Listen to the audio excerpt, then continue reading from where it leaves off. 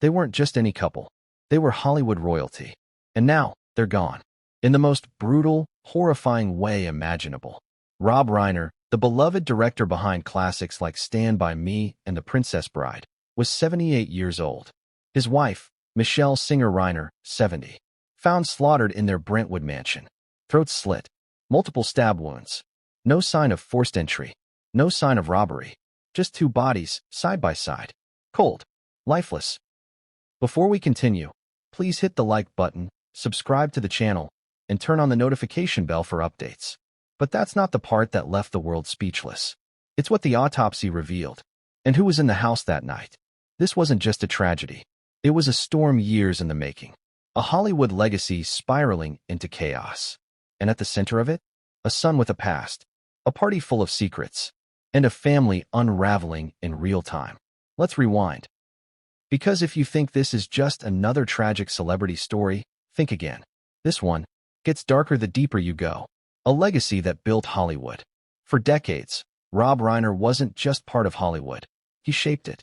From his breakout role as Meathead on All in the Family, to directing cult-defining films that stitched themselves into American culture, Rob was a creator, an activist, a father figure in film. His work inspired millions. His voice carried weight not just on the screen, but in politics, social justice, and the media landscape. He was charming, fiery, sometimes controversial, but always respected. Michelle, his wife of over 3 decades, was known as his rock.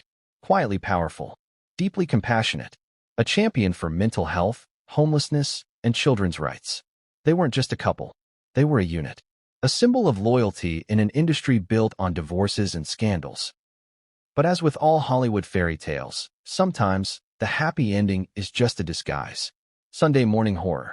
It was just after 9 a.m. when their daughter, Romy Reiner, arrived at the family's $13.5 million Brentwood estate. She hadn't heard from her parents since the night before. Nothing unusual until her texts started bouncing. Her calls went to voicemail, and something just felt off. She let herself in with her key.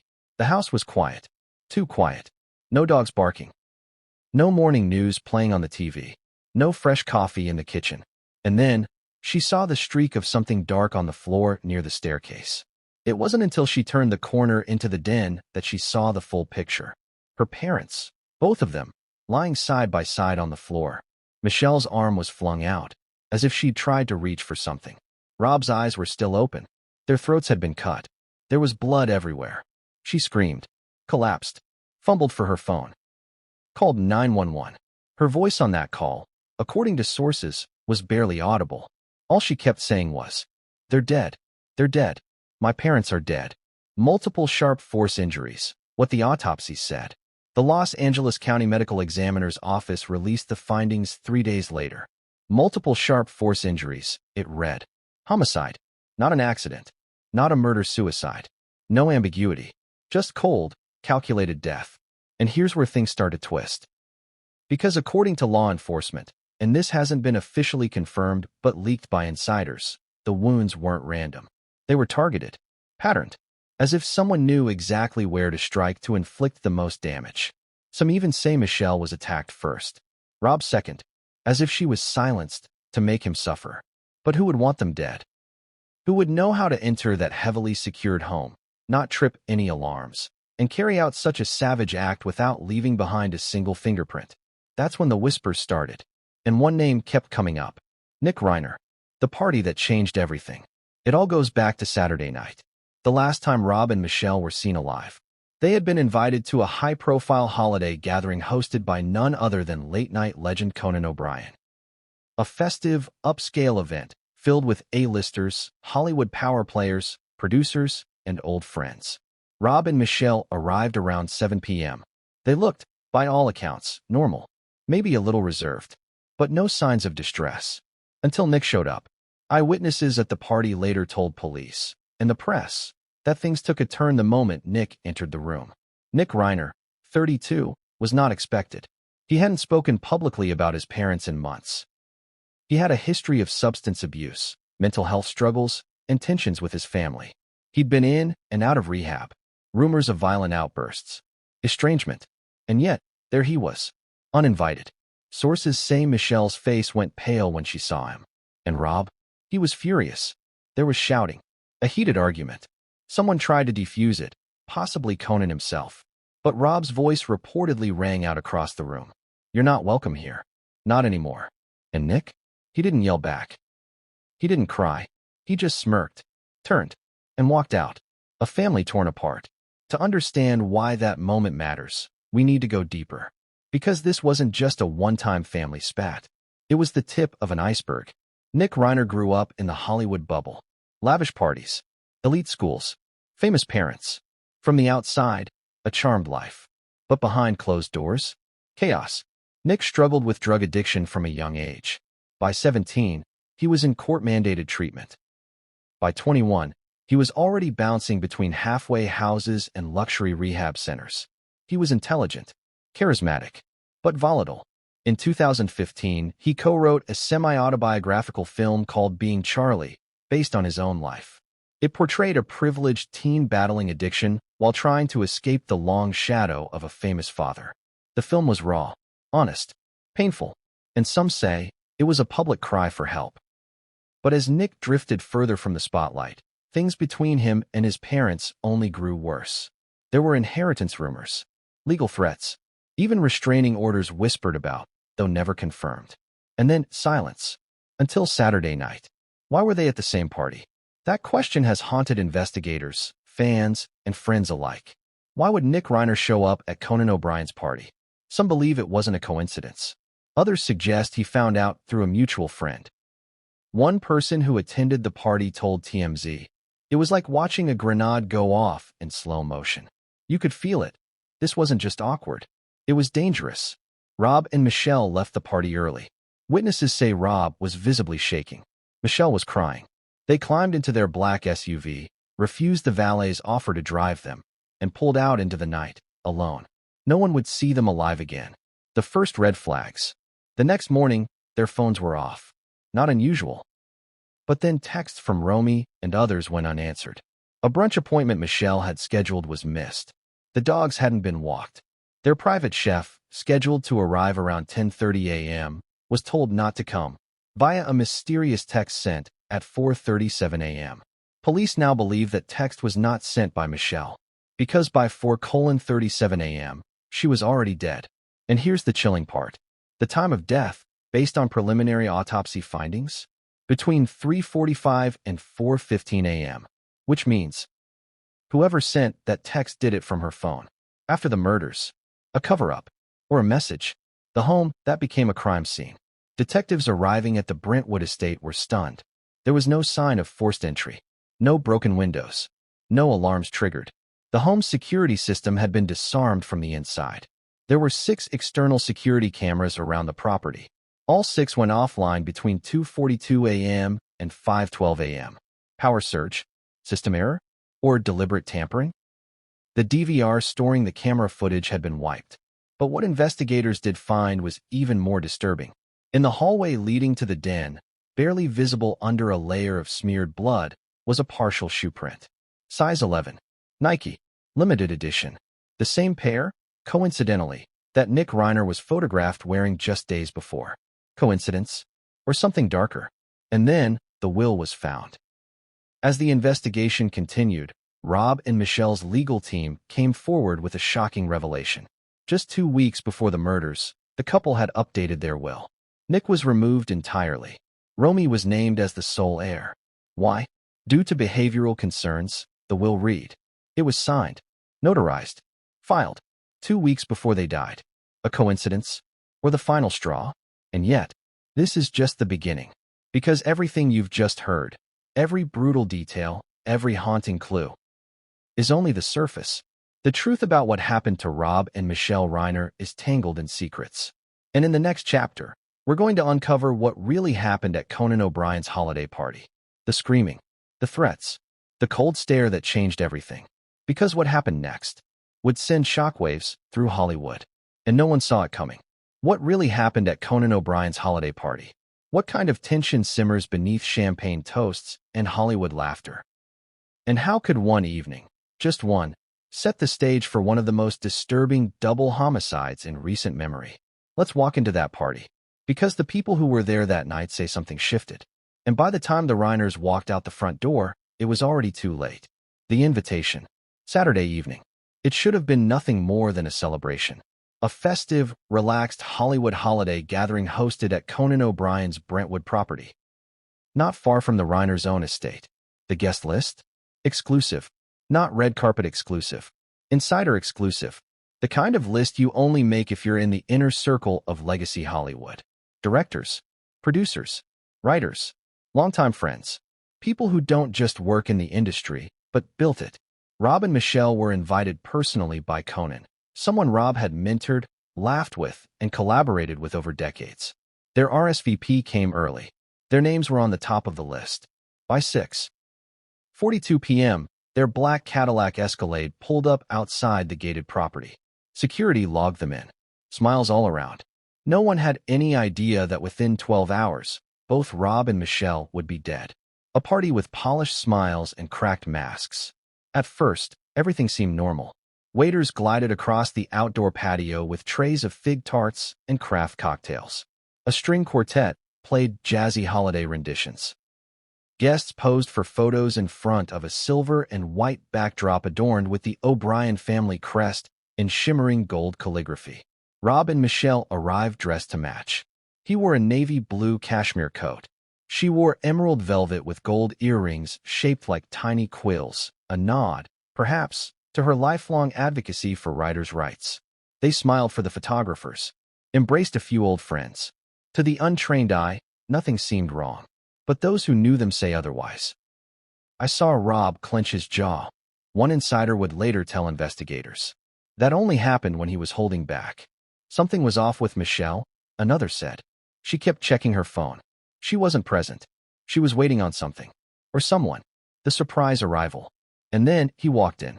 Nick. Uninvited. Unwelcome. Unforgiven.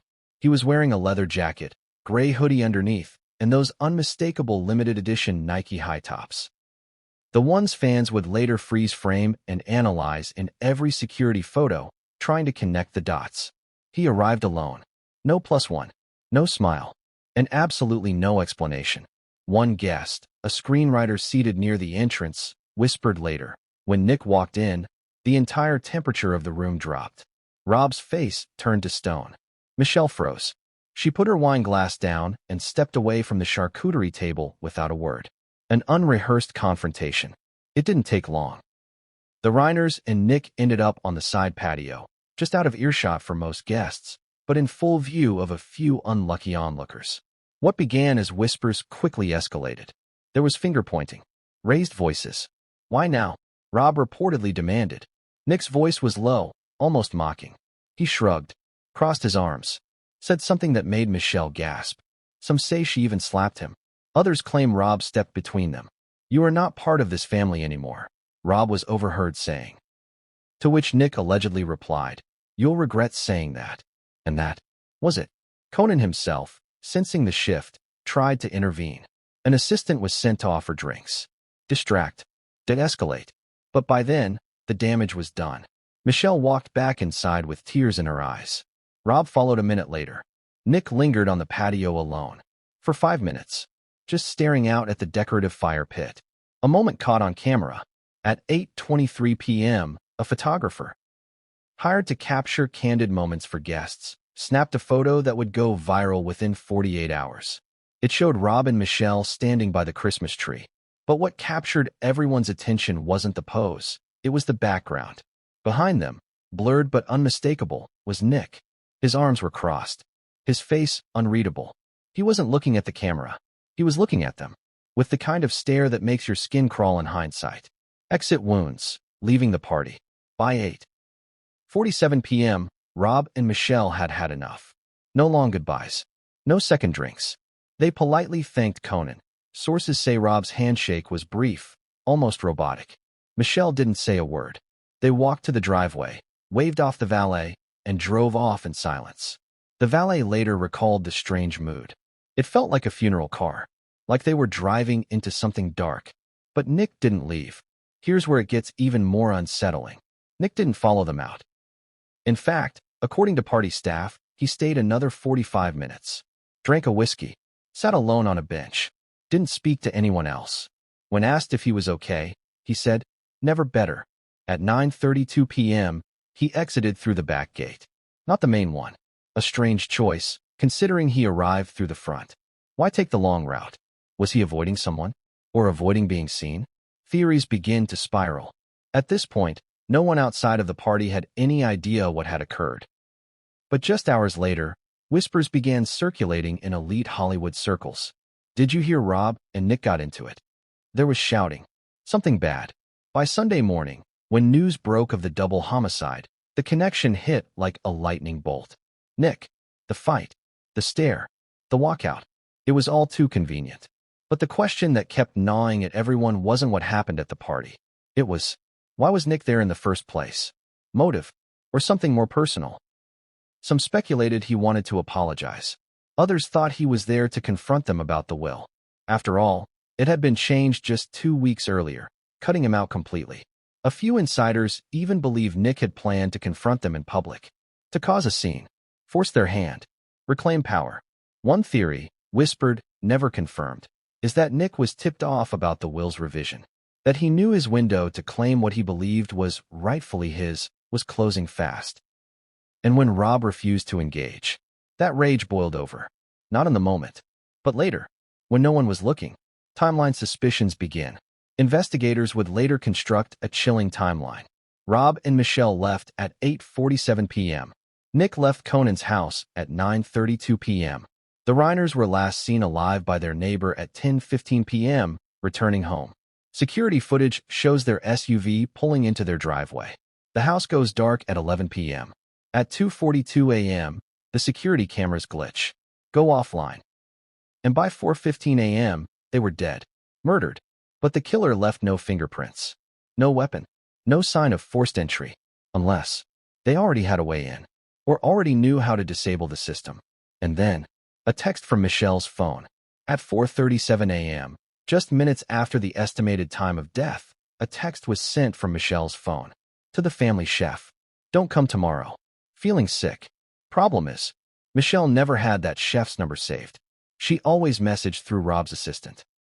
So who sent that text? And why? Was it meant to delay the discovery? By time to escape? Was it a cover-up? Or a game? The photographer who came forward. Days later, the photographer who snapped the infamous tree photo stepped forward and shared something even more disturbing. "I had a second shot," he told LAPD. "I didn't think much of it at first." The photo, taken just 12 seconds later, shows Nick standing alone in the foyer, looking at his phone. The screen is lit up. Zooming in, investigators noticed a single name at the top of the screen. Romy, as in Rob and Michelle's daughter. Why was he looking at her name? Was he texting her? Reading old messages? Was this a warning? A plan? Or was it guilt? But what came next would change everything. Because just one day after the murders, Nick vanished. No calls, no statements, no interviews, not even a comment to the press. He disappeared into the shadows of a city he once called home. But the silence was louder than any scream. Because when the police finally tracked him down, they discovered something in his car. Something that would take this case from tragic to utterly terrifying. What was found in Nick Reiner's car? And why did investigators go completely silent afterward? This wasn't just about blood or footprints anymore. This was about something premeditated, something psychological, and something that shattered the illusion of safety inside one of Los Angeles's most expensive homes. Because behind the locked doors of the Reiners' $13.5 million mansion was a shadow no one saw coming. Let's step inside. A fortress in the hills. The Reiner residence wasn't just a home. It was an architectural marvel, an L-shaped estate perched at the top of a secluded Brentwood cul-de-sac. 12-foot hedges lined the perimeter. A private gate required facial recognition or a security code to enter. There were cameras, motion sensors, 2 live-in staffers, a dog walker scheduled daily. It was, by all standards, a fortress. A home built not just for luxury, but for control, for order, for privacy. The type of place you don't just walk into, unless someone lets you in or you already know how to bypass everything. Which is exactly what someone did. The Sunday that started in silence. It was Romy, Rob and Michelle's daughter, who unlocked the nightmare. After trying both her parents all morning, she arrived at the estate a little after 9 a.m. She used her own gate code, one only known to immediate family, and was buzzed through automatically. That, in itself, was odd, because Michelle always answered the intercom. Always. Romy assumed maybe her mother had gone out for a walk, or was napping. She parked in the circular drive, walked past the potted orchids Michelle loved so much, and opened the front door. What hit her first wasn't what she saw. It was what she didn't hear. No music, no murmurs of TV, no footsteps, no dogs barking, just cold, eerie silence. The kind of silence that wraps around you like a shroud. Then, she noticed the smear. A long, dark streak trailing from the edge of the foyer tile toward the living room carpet. At first, she thought it was wine, until she followed it, and found her parents. The crime scene details never made public. What Romy saw that day changed her life forever. But what police saw when they arrived hours later, that changed everything else. According to a leaked crime scene analysis, the following details were never meant to go public. Rob and Michelle were found positioned side by side, as if laid out intentionally. Rob had 9 stab wounds, 3 of which were described as deep and deliberate. Michelle had 6 wounds, most concentrated on the upper chest and neck. Both had their throats slit, post-mortem, with surgical precision. There was no forced entry, and the alarm system had been disarmed internally. A single bloody handprint was found on the wall near the den's entrance, partially wiped. Traces of a sedative were later found in Rob's system, but not in Michelle's. And here's the part that stopped detectives cold. Both victims had something clutched in their hands. Michelle was holding a crumpled photograph of Romy. Rob? A broken cufflink, engraved with the letter N. What the autopsy didn't say, but implied. When the autopsy report hit the media, it used standard language. Multiple sharp force injuries. Cause of death, homicide. No foreign bodies discovered. But what the report didn't spell out, yet quietly confirmed, was this. The attack wasn't frenzied. It was intentional, controlled, executed by someone who had time, and more disturbingly, familiarity. The wounds weren't haphazard. They were almost ritualistic. And in law enforcement terms, that meant one thing. This wasn't random. It was personal. Inside the house, a timeline of darkness. Investigators began reconstructing the events inside the house minute by minute. 10:15 p.m. Saturday. Rob and Michelle arrive home. A neighbor sees their headlights turn up the hill. No signs of distress. 11 p.m. The house goes dark. Lights off. TV off. No alarm activated. 2:42 a.m. All 6 perimeter cameras shut down simultaneously. 3:45 to 4:15 a.m. Estimated time of death. 4:37 a.m. A text is sent from Michelle's phone to the chef. Don't come tomorrow. Feeling sick. But here's the issue. Only one person besides Rob and Michelle had access to the house's internal security code and knowledge of the system's weak spots. Nick. The shocking discovery in Nick's car. When police finally located Nick Reiner, 30 miles away, sleeping in the back of his Jeep Cherokee in a parking garage near Santa Monica, they found something that wasn't supposed to exist. A black duffel bag. Inside, 1 pair of bloodstained gloves. A burner phone with no contacts, but 6 deleted messages recovered. A flash drive labeled Dad. And most chillingly, a knife. Still wet. Wrapped in an old Being Charlie Crew t-shirt from Nick's 2015 film. Forensics would later confirm it. The blood on the blade matched Rob and Michelle Reiner. But there was no immediate arrest. Why? Because Nick denied everything. Claimed the knife was planted. Claimed he hadn't been at the house in months. Said he was at the party, yes, but went home afterward and had no contact with his parents. When asked about the flash drive, he said, "You'll have to watch it to understand." The flash drive, the contents that shook investigators. What was on the drive? According to leaked reports, 2 things. A 14-minute video diary Nick had recorded in the weeks prior. In it, he rambled about betrayal, about being cut out of his family, about making them hear me. At one point, he says, "They'll remember who I am when the headlines hit." He ends the video by staring into the lens and whispering. Forgiveness was never an option. A text file labeled instructions. It read like a to-do list. Remove phones. Turn off perimeter cameras. Take the cufflink. Leave the photo. Text the chef. Destroy DVR. Each item marked off with an X. Every box checked, except the last one.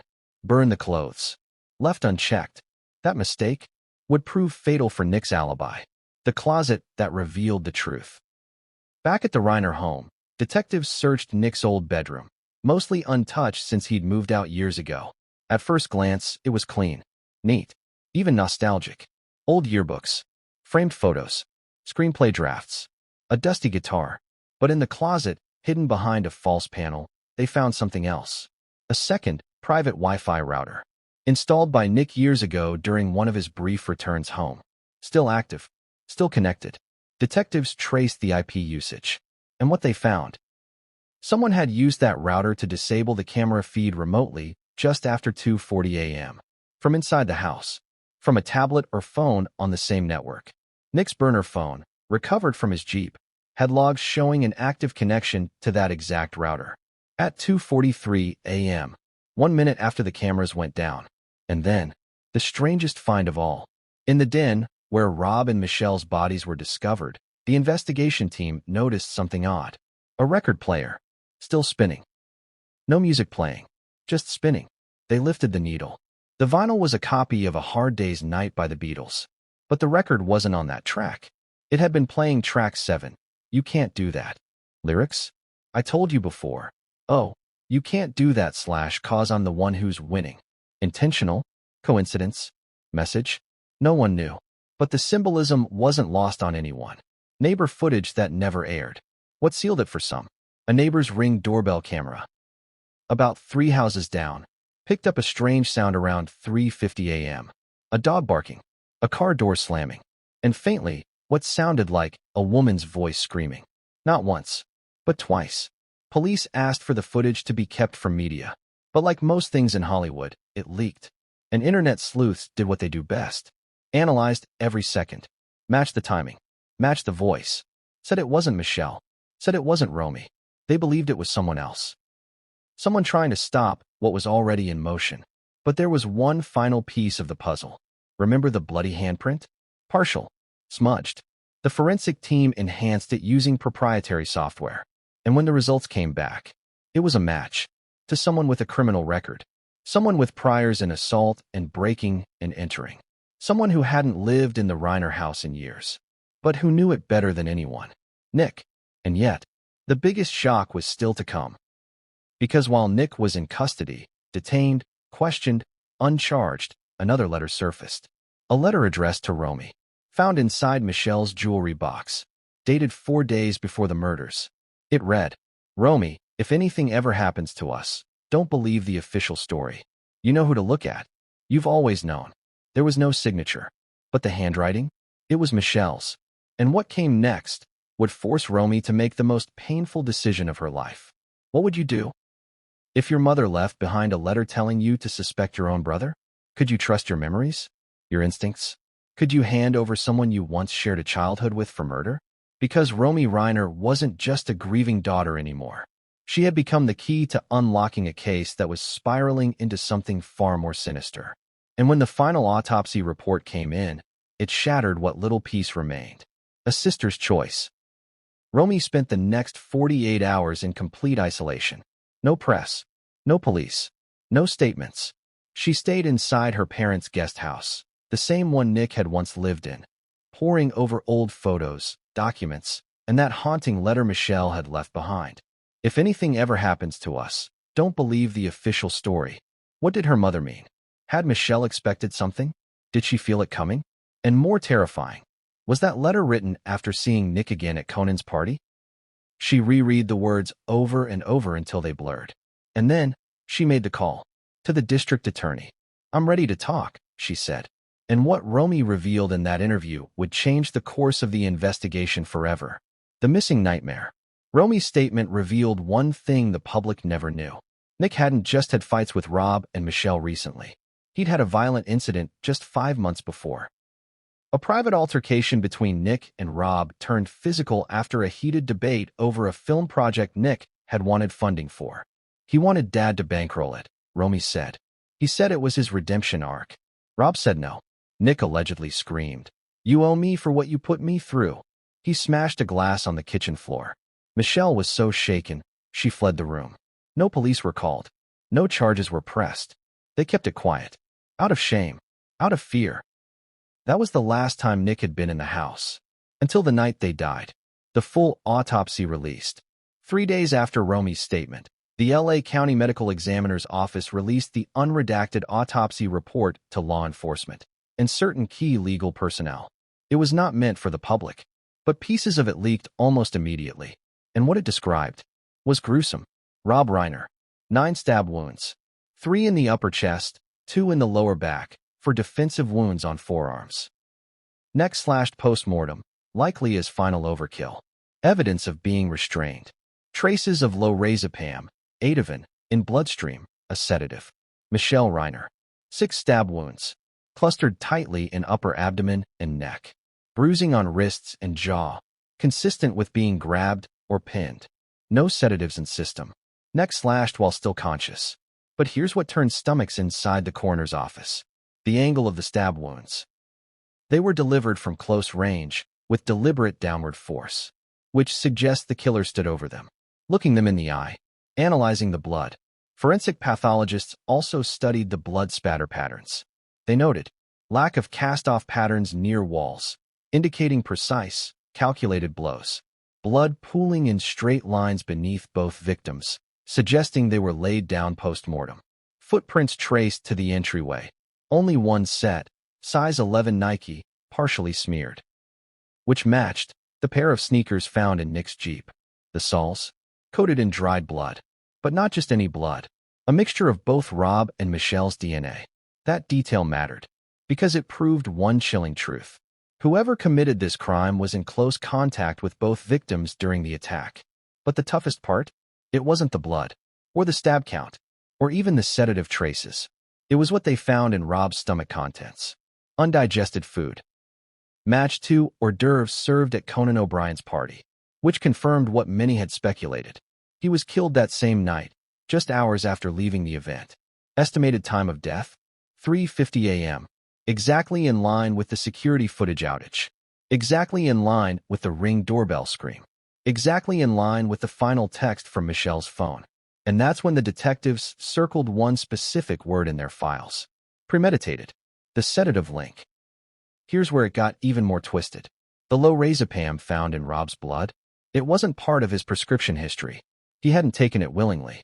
Police later discovered a prescription bottle, empty, in the guest house where Nick had once stayed. It was filled 4 weeks prior, under a fake name, but with Nick's fingerprints on it. He had gotten the sedative. He had hidden it. And, based on analysis, he had used it to weaken Rob, make him easier to subdue, make the act of killing less of a struggle. But Michelle? She didn't get the same mercy. She fought. The broken cufflink, a final message? Remember the cufflink Rob was found clutching? Engraved with an N? Detectives believe it snapped off during the struggle, possibly as Rob grabbed at Nick's shirt or arm. But some believe Rob held on to it intentionally, a final act of identification.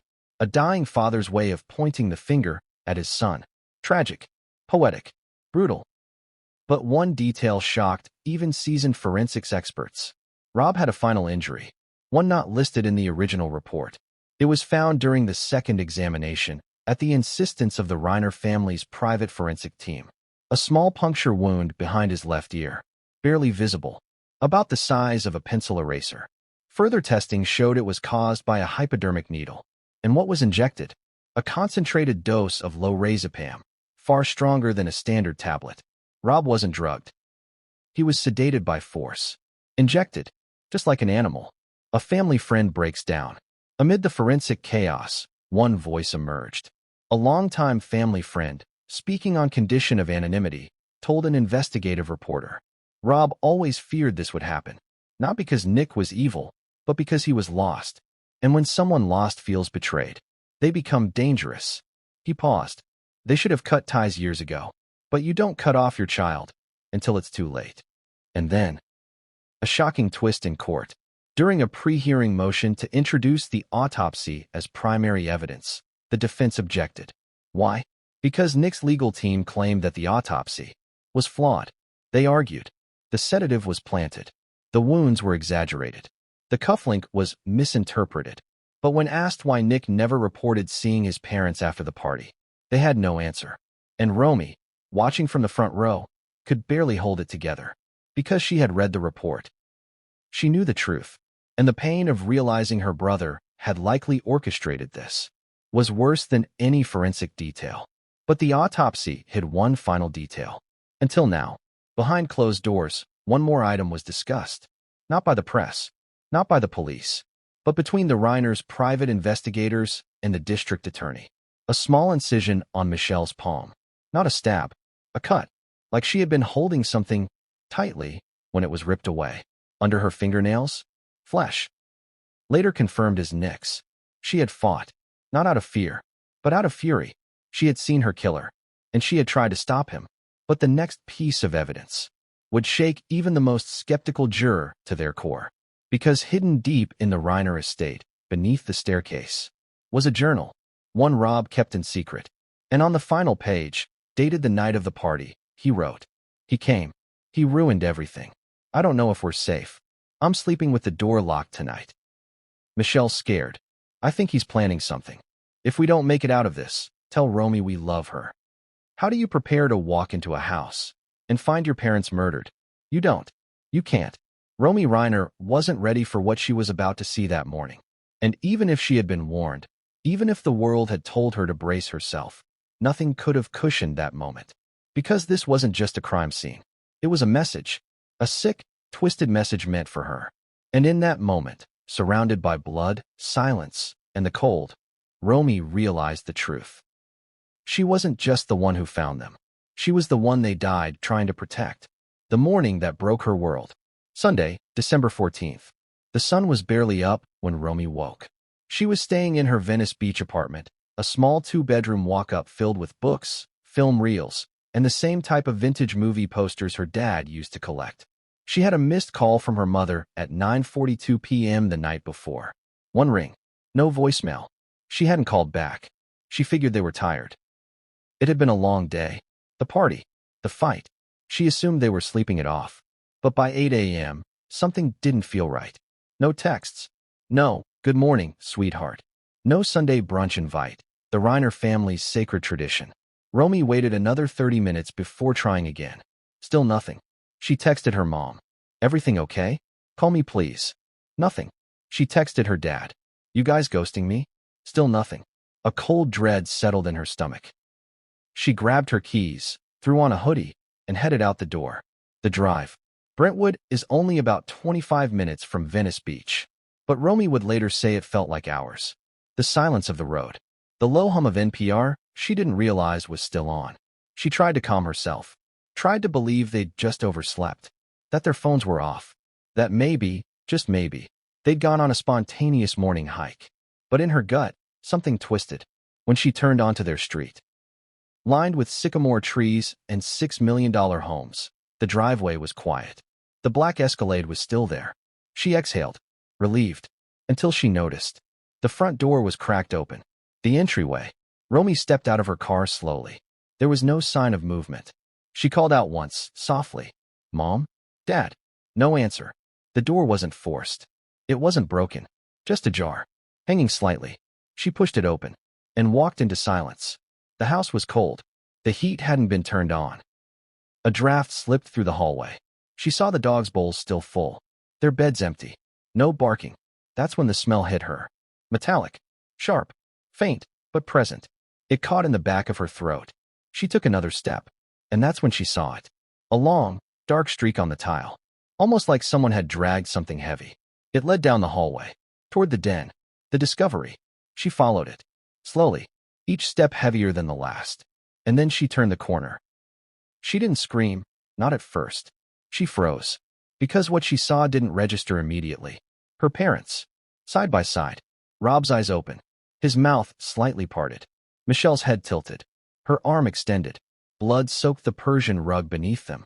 Her mother's velvet holiday dress, ripped at the shoulder. Her father's hand clenched around something. She stumbled back. Her knees gave out. That's when the scream came. Primal. Uncontrollable. She fumbled for her phone. Her hands shaking so violently she dropped it. When she finally connected to 911, All she could say was, "They're dead. My parents, they're dead." The 911 call, transcript excerpt. Dispatcher, 911. What's your emergency? Romy, breathless. My parents, they're not breathing. There's blood. Oh my God, there's blood. Dispatcher, ma'am, I need you to stay calm. Are you in the home now? Romy, yes, Brentwood. Our house. I found them. There. Dispatcher, what's your address? Romy, they're not moving. They're cold. Dispatcher, are they conscious? Romy, sobbing, they're gone. They're dead. Please send someone. Police and paramedics arrived within minutes. They found Romy curled into the hallway wall, hands over her ears, rocking. A young officer helped her up.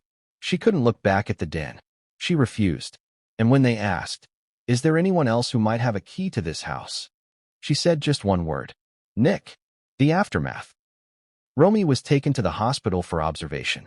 She was in shock. Heart rate spiked. Hands trembling uncontrollably. She didn't speak for 6 hours. When she finally did, her first words were, "Was there a note?" There wasn't. Not then. But what police did find was the broken cufflink in Rob's hand, the photograph in Michelle's, and a torn page from an old screenplay draft sitting on the coffee table. One of Nick's scripts. The title? Legacy. The moments she blamed herself for. Romy later confessed to investigators something that shattered her. She had almost gone to the party that night. She'd been invited. Conan had asked her. She loved the Reiner family events, grew up going to all of them. But she had plans. A date. Something casual. So she declined. If she had gone, could she have stopped it? Could she have defused the tension? Could her presence have altered fate? She would replay that question over and over. Every hour. Every day. For months. The daughter who became the prosecution's greatest witness. What made Romy so important to the case wasn't just that she found the bodies. It was what she knew. She was the only person alive who had seen her parents in their final days, heard their concerns, read the final emails, found the sealed letter from Michelle inside the jewelry box. And, most crucially, she remembered something else. A story her mother told her the week before. "Your father's worried about Nick again," Michelle had said. "He said he's been acting cold, calculated. He's not himself anymore." When Romy asked why they didn't get a restraining order, Michelle just smiled weakly. "He's still our son." The evidence she didn't know she had. After the murders, Romy was given access to her parents' digital accounts. She found dozens of saved voicemails, texts, and draft emails. One was addressed to Rob's lawyer. A draft titled, "Urgent, Nick, threat." It was never sent. Another was a voicemail Michelle had left for a close friend 2 nights before her death. In it, she said, "He's not like he used to be. It's like he's performing a version of himself, one that hates us. Rob doesn't sleep anymore. We're making changes. We've updated everything. If he finds out, God, if he finds out." The message cut off. Unfinished. Unanswered. Romy's final word to the press. Weeks later, after the arrest, the indictment, and the flood of media chaos, Romy made a short statement outside her family home. She stood in a black coat, flanked by her attorney and close family friends. The press leaned in, cameras clicking. She took a shaky breath, then said, "My parents were good people. Loving. Generous. Complex, yes, but they never stopped trying. They didn't deserve this. No one does. I've lost both my parents. But I also lost my brother. Maybe not in blood, but in everything else. If you've ever ignored a red flag because you love someone, please don't. It's the silence that kills. It's the pretending that breaks you." She didn't take questions. She didn't cry. She walked back into the house, alone. The same house that had once been filled with laughter, now filled with echoes. But there was one more secret she hadn't shared. One more moment. One more fragment. Something she'd kept hidden, even from police. And when she finally turned it in, it sent a chill through everyone who saw it. It was a video file, sent to her from a private number at 2:41 a.m., the exact minute the cameras in the Reiner home went offline. She hadn't opened it at the time, but the subject line was just one word: goodbye. What pushes a family to the brink? Not just dysfunction, not just pain, but betrayal so deep it becomes surgical. What happened between Rob Reiner and his son, Nick, didn't explode overnight. It simmered, beneath smiles, beneath red carpets, beneath Father's Day posts and Hollywood premieres. Until finally, at Conan O'Brien's party, it detonated. This wasn't just a family disagreement. It was the final confrontation in a decades-long war, and it was witnessed by dozens of Hollywood elites. But what they didn't realize at the time was that they were watching the first act of a double murder. Beneath the red carpet, years of unseen damage. To the outside world, Rob and Nick Reiner seemed like any other famous father and wayward son. Nick had grown up surrounded by fame. He'd attended elite schools, walked through film sets, and watched Oscar-winning scripts take shape in his own living room. But the shadows crept in early. Nick battled anxiety, addiction, rebellion. By age 16, he was in and out of rehab. At 19, he was arrested for drug possession. At 22, he released Being Charlie, a film based on his own chaotic upbringing, and it was lauded for its brutal honesty. But that honesty came at a price, because many believed the film was a coded attack on Rob. One source close to the family described it like this: it was a declaration of war, a son who felt abandoned, and a father who felt humiliated. The movie wasn't just catharsis. It was a warning: broken trust, broken money. Over the years, Rob and Michelle tried everything: therapy, funding projects, cutting him off, bringing him back in. Nothing worked. At one point, Rob set up a $500,000 trust for Nick, contingent on sobriety and mental health check-ins. Nick broke the terms within 9 months. Then came the final blow, a confrontation in August 2025, when Nick allegedly forged Rob's signature to secure a meeting with Netflix execs, claiming Rob would co-produce a script Nick had written. When Rob found out, he went ballistic. He pulled legal strings, shut down the deal. Michelle begged him not to go public. "He's still your son," she said. "No," Rob reportedly replied. "He's a stranger wearing our son's face." From that day on, all contact stopped, until the night of the party. The party revisited. An explosive confrontation unfolds. Saturday, December 13th. Conan O'Brien's Brentwood home. A crisp 64-degree evening. Lights strung across the garden. Laughter bubbling like champagne. Rob and Michelle arrived together. United, reserved, but present. Nick showed up alone. Security checked his name. It wasn't on the guest list, but he dropped his father's name smoothly. "Just text Rob," he told the gate staff. "He'll want me here." The guard didn't bother. Nick slipped through. Inside, he hovered, watching, waiting, until Rob spotted him across the patio. According to one guest, an Emmy-nominated showrunner, the moment Rob saw Nick, his entire face changed. It drained of color. His glass trembled in his hand. And then he marched across the patio. What was said? Witnesses remember. They moved to a side area near the fireplace, still visible, but slightly removed. Here's what multiple witnesses recalled. Rob's voice: "You weren't invited." Nick: "Didn't need one. We're family." Michelle: "Please, not here. Not like this." Nick: "I just want a few minutes. I deserve that much." Then the tone shifted. Rob stepped closer. "Rob, you deserve nothing." Nick: "You're a hypocrite." Rob: "You're dangerous. We're done." Nick: "Cut me out. I built this family too." At this point, Nick's voice was louder. People turned. One producer even began recording, but deleted the footage later, out of respect. Then came the line that would be repeated by every single witness. "If you come near us again," Rob said, "I'll have you arrested." Nick didn't flinch. He looked at Michelle, then back at Rob. "Then I guess I've got nothing left to lose." And he walked away. Michelle's final words to friends. After the confrontation, Michelle tried to compose herself. She spoke briefly with 2 close friends, both longtime film executives. She was shaking. "He's not the boy we raised," she whispered. "I don't recognize him anymore." They offered to get her a car. She declined. "Rob wants to drive. He needs to calm down." And then she said something chilling. "I don't think this ends tonight." Rob's face said everything. Back at the valet, Rob said very little. He clutched the keys. Michelle followed closely. He muttered something under his breath. A lip reader, analyzing footage later, claimed Rob said, "He's planning something." They got in the SUV, drove off. Cameras caught them exiting the gate. 8:47 p.m. That was the last time anyone saw them alive. Nick stayed behind. What many don't know, Nick didn't leave right after the fight. He stayed for 45 minutes. Alone. He poured himself a drink, sat by the fire pit, pulled out his phone, typed something, then deleted it. Multiple times, a staff member approached him to check in. He looked up and said, "You ever feel like your whole life is a movie, and you're just waiting for the climax?" She thought he was being poetic, but she'd later tell police. He gave me the creeps. At 9:32 p.m., he slipped out through the back. Romy gets a strange text. That same night, at 10:14 p.m., Romy received a text from Nick. She hadn't heard from him in months. The message said, "Wish you'd been there." That's it. No context. She didn't reply, but later, she would scroll back to that moment in her messages, wondering what it meant, wondering what might have changed if she'd answered. Nick's late-night activity. Security footage later recovered from a gas station 5 miles from the Reiner home showed Nick's Jeep pulling in at 11:21 p.m.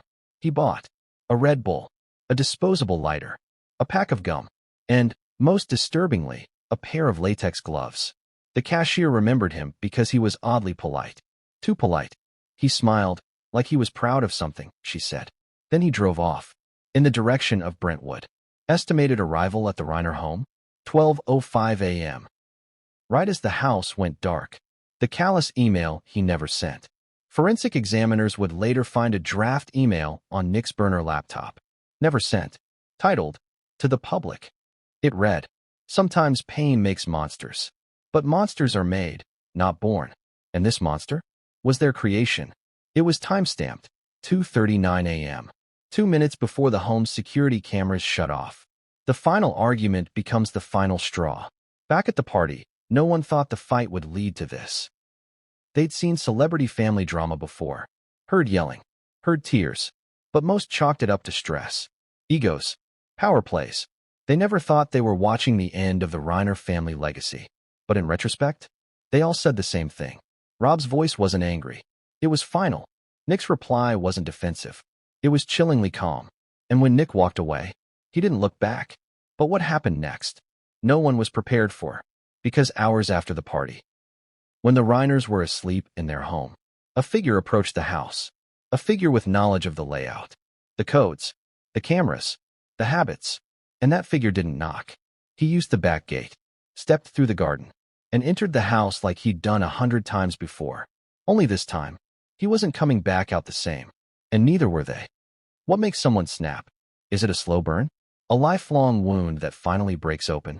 Or is it something darker, buried deep, so far beneath the surface that even they don't know it's there?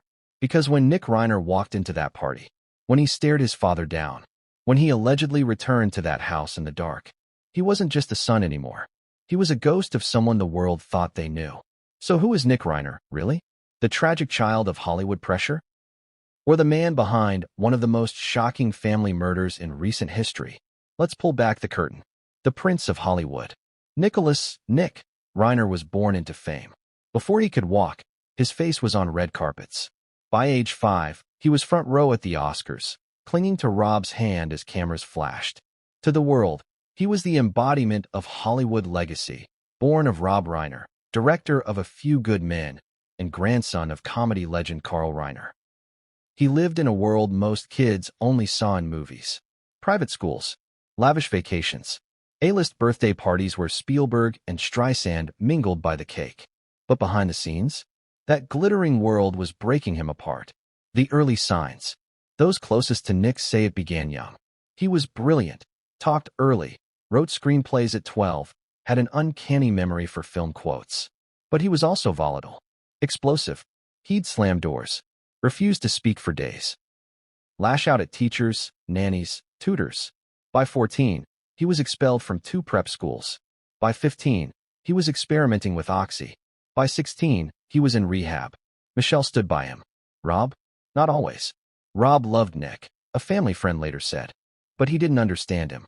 He saw rebellion, not pain. The distance between father and son grew with every missed therapy session, every relapse, until it wasn't a gap. It was a chasm, the redemption arc that never landed. In 2015, Nick co-wrote the semi-autobiographical film Being Charlie with his father. It followed a teenager's struggle with drug addiction and a complicated relationship with his politically famous father. Critics praised its rawness, its honesty, But behind closed doors, it created more tension. It wasn't fiction, one crew member said. It was a dramatized journal entry. Rob, though proud, reportedly clashed with Nick over creative control. Nick wanted it darker, more personal. Rob pulled back, worried about perception. It was the last project they ever worked on together.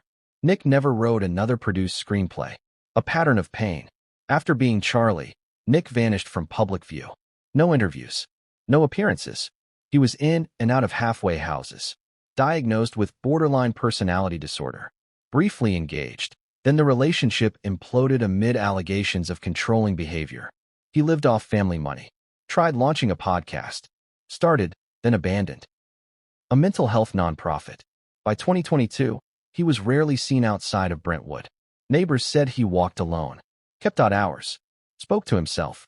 When asked how Nick was, Rob often brushed off the question. He's figuring things out. But in private? Emails from Rob to close friends show a different story. I don't know how to help him anymore. He's not just angry. He's manipulative. I'm scared of what he's becoming. The obsession with control. In the months before the murders, Nick's online presence revealed disturbing patterns. He posted cryptic messages on anonymous forums. Quotes from The Godfather. Diary-like rants. Dark poetry.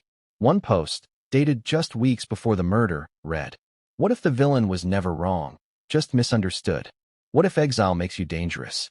He browsed sites on family estrangement, legal loopholes in wills, forensic cleanup. The digital trail painted a picture of someone spiraling. And not just into sadness, but into strategy, planning, preparing. The inheritance he believed he deserved. Rob and Michelle had structured their estate to pass mostly to Romy. But Nick didn't know that. At least, not officially. Until the week before the murders. That's when, according to Michelle's friend, Nick discovered the truth. He overheard something at brunch. Something about the will. He reportedly confronted Michelle via text. She ignored him. He tried calling Rob. Rob blocked his number. That same day, Nick posted a photo of a broken chess piece to his private Instagram. Caption: "Checkmate comes for us all." His relationship with Romy. Once close, Nick and Romy's relationship fractured after her college graduation. She was stable, grounded, everything he wasn't. When she refused to vouch for him during a family intervention in 2023, Nick stopped speaking to her. He told a friend she was a traitor, called her dad's golden girl. Yet on the night of the murders, he texted her, "Wish you'd been there." Was it sarcasm? Was it a plea? Or was it a taunt? Romy never answered. The notebook that changed everything. Police discovered a leather-bound notebook in Nick's Jeep during his arrest. It was filled with writings. Some pages were philosophical ramblings. Others were direct. Terrifying. One read, "They took everything. Time to balance the scales." Another, "Don't bring a knife to a gunfight, unless you are the knife." And the most damning? A rough sketch of the Reiner estate. Entry points marked. Cameras circled in red. A note beside the den. End scene. And yet, the contradictions. Here's the disturbing twist. Nick wasn't always the villain. At times, he was deeply empathetic. Friends recall him donating anonymously to shelters, sending encouraging messages to friends in recovery, helping organize a film school workshop for underprivileged youth. He wasn't a monster, one ex-girlfriend said. He was broken, but he wanted to be whole. That's what makes this so chilling. He knew right from wrong. He wanted redemption. He just couldn't stay on that path. The psychological profile. Experts brought in by prosecutors painted a clear picture. Nick exhibited traits of narcissistic personality disorder, deep abandonment trauma, delusional entitlement, obsessive control issues. He believed he had been wronged. He viewed his parents' rejection as betrayal. There will revision? An execution order. He didn't just want revenge. He wanted to rewrite the ending, like any good screenwriter. Except this script wasn't fiction, and it had real victims. The police interview that shook detectives. During his initial interrogation, Nick said little, but one quote stayed with detectives. When asked if he was angry with his father, Nick leaned forward, smiled, and said, "Angry? No. I just wanted him to feel what I felt for 30 years. Then he leaned back and said nothing else. But one letter, written years earlier, tells a different story. A letter found in Rob's office drawer, dated 2017. From Nick. It read, "Dad, I don't know how to be what you want. But I love you, even when you pretend I don't exist. If I die, it won't be drugs. It'll be from being invisible. I hope one day we talk like fathers and sons should. Rob never responded. The letter was never opened. Still sealed. So, who is Nick Reiner, really? A son desperate for love? A man poisoned by entitlement? An addict lost in the shadow of a giant? Or a killer who calculated every move like a script? Maybe he was all of them. Maybe none. But one thing is certain. By the time the sun rose over Brentwood on December 14th, Nick Reiner wasn't just a name on a family tree. He was the epicenter of an earthquake that would shake Hollywood to its core. And what happened when Nick was brought to court was unlike anything the public had ever seen. What if the most critical piece of evidence in a double homicide investigation simply vanished? What if 6 high-tech security cameras, installed around a $13.5 million estate, went dark at the exact moment the crime was committed? No backups, no glitches, no warnings, just silence. Because that's exactly what happened the night Rob and Michelle Reiner were killed. The footage that should have told us everything, who entered, when, how, was gone, erased, or worse, replaced. This wasn't a technical malfunction. This was precision sabotage, and it pointed to one chilling truth. Whoever did this knew the house better than anyone.